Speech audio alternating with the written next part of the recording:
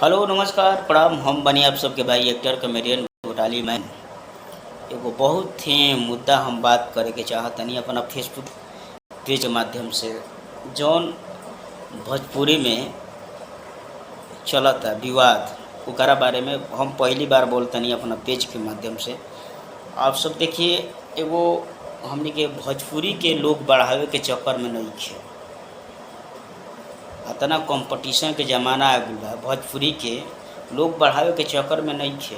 फलानवा क्या करता, फलानवा हो क्या करता, कैसे आगे बढ़ता। अरे का हम कहीं तो हनी के दू चार गो बाड़े सौ सुधर जा सौ, दू चार गो बाड़े सौ सुधर जा सौ। भोजपुरी के आप लोग बढ़ाने में आप लोग विकास कीजिए, चक्कर में मत पड़िए दूसरे को। पहली बात कि भोजपुरी से पवन भैया खेसारी के भैया के बारे में हम कुछ कहल चाहतनी। काहे से कि देखी, लोग कहेला कि पवन भैया खेसारी भैया का नाम लेके हिट हो जाला। ठीक बा, हिट लोग होला, ऐसा बात नहीं के। लेकिन भोजपुरी में जौन एगो विवाद चलता गाड़ी के घर के, पवन भैया हई गाड़ी लेता रह, खेसारी भैया हई गाड़ी लेता रह। अरे वो अपना दम पर मेहनत के बल पर लेता रहो गाड़ी। पागल कहीं का, ढेर तेज मत बनलो, आराम से तनी रहलो आ कुछ मीडियाबाजी कम करलो, उतने में भलाई बा। हमहू बानी, बहुत दिन से लाइन में बानी, हमहू जानतनी। आप सब ऐसे मत करी कि देखिए वो मेहनत अगला किया है, अगला मेहनत किया है तब न गाड़ी पर घूम रहा है।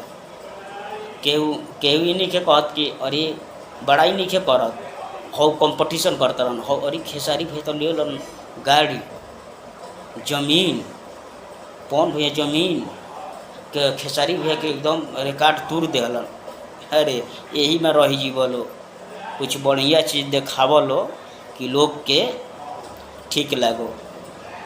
ई न कि अका बका बोलता रहलन सुधार दे एके दिन में, बोलत नहीं थी। ये सब ना चाहिए भाई, सपोर्ट कीजिए। अरे भाई मेहनत कर वो लोग लिए हैं, मेहनत करो ना, तू हो बढ़िया चीज़ दिखाओ ना, कमाए के चक्कर में मत पड़ लो। और ही भाई लोग के नहीं कहत, माने बड़न लोग वहाँ लोग के बारे में कहते नहीं। हम ढेर उड़लो मत, बढ़िया बढ़िया बात कहलो देखावलो, उछाऊ मत चला दलो। ये ले दिमाग के लोग डाइवर्ट करता लड़ावे के। हमनियों के सन बात नहीं खे, हम हुआ जैसे काम नहीं करत। लेकिन यह बात बा तनी मनी गरीबी से आदमी झेलेला, पैसा कौड़ी से तनी मार खा जाला, यही के चलते दिक्कत बा। आप सब कैसी बात रही तो हम बहुत आगे बढ़ब। बस आप सब हमारा के आशीर्वाद प्यार दी कि बहुत आगे हम जाई, ढेर सुधर जालो, यही में भलाई बा। जय हो भोजपुरी समाज। ऐसे ही आप सब आशीर्वाद दी जाए कि बर्दाश्त ना हो खल। हम सोचता नहीं कि अब हम बोलब। अपन पेज भाई, हमार पेज बा घोटाली मैन कॉमेडी, यूट्यूब पर हमार घोटाली मैन कॉमेडी बा।